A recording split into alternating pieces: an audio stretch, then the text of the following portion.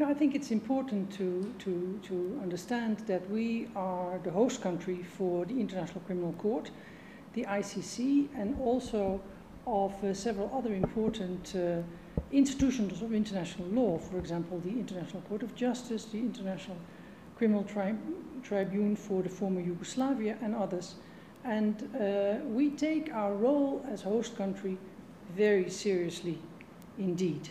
And always have. And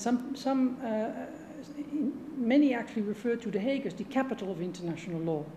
And we want The Hague really to function as the capital of international law. So we, as a host country, must make sure that justice is served, that justice is done.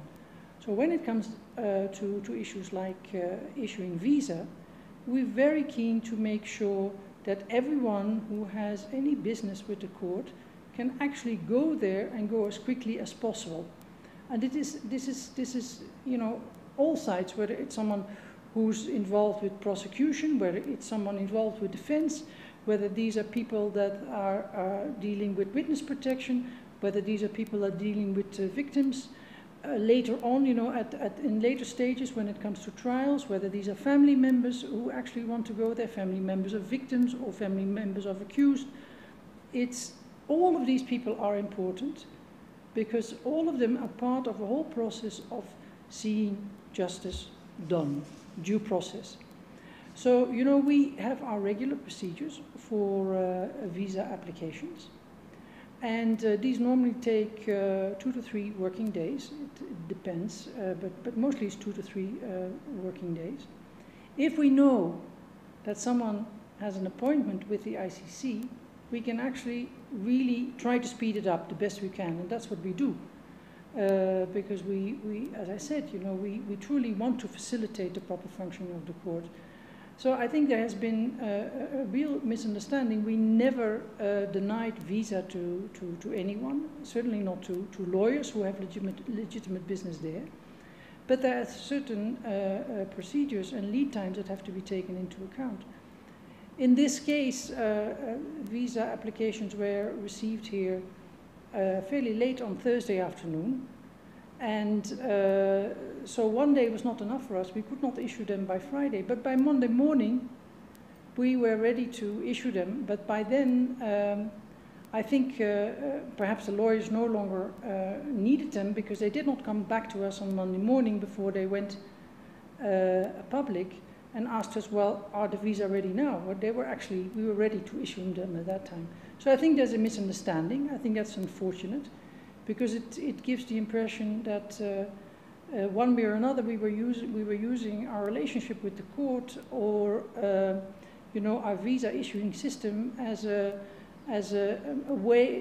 method to interfere with the process of justice. That's very far from our mind. To us, all the participants in the justice process are equally important, and we serve all. But there are certain rules and procedures that need to be taken into account. The proper functioning of the court is very important to us.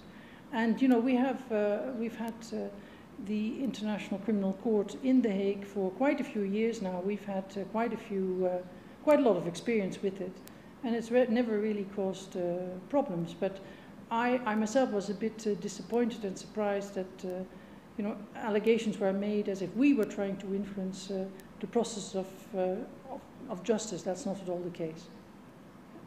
And I mean, what are the other requirements? I mean, for a normal person, not necessarily going to the court, but what are the requirements of when one wants a visa from the Netherlands? If you want a visa from the Netherlands, you go to our website. It's clearly stated there what kind of background documents you need. They're very similar to what you need for other embassies around town. You need to fill in a form. You need a passport photo. You need proof that you're going to travel, you know, like an airline ticket. You need proof of, you need to establish to us that you're going to be medically insured so that the Dutch state does not end up paying for your health costs in case you become ill or indisposed. and the various other requirements as well. But they're all clearly listed on our website, and we apply them across the board.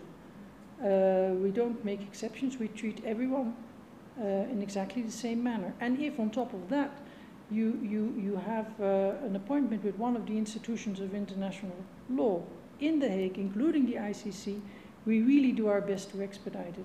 And if we can, you know, sometimes we manage to do it in a day and a half, if we can, but we don't always succeed. But it's definitely faster than our regular visa procedures. Our victims, when there are family members of victims or family members of accused who feel that they want to go and witness the procedures, they will also be assisted by us to make their way to The Hague in a timely manner. Over the past couple of months, we've quite frequently facilitated journalists who wanted to go to The Hague in order to interview the prosecutor or in order to understand better what the ICC is all about.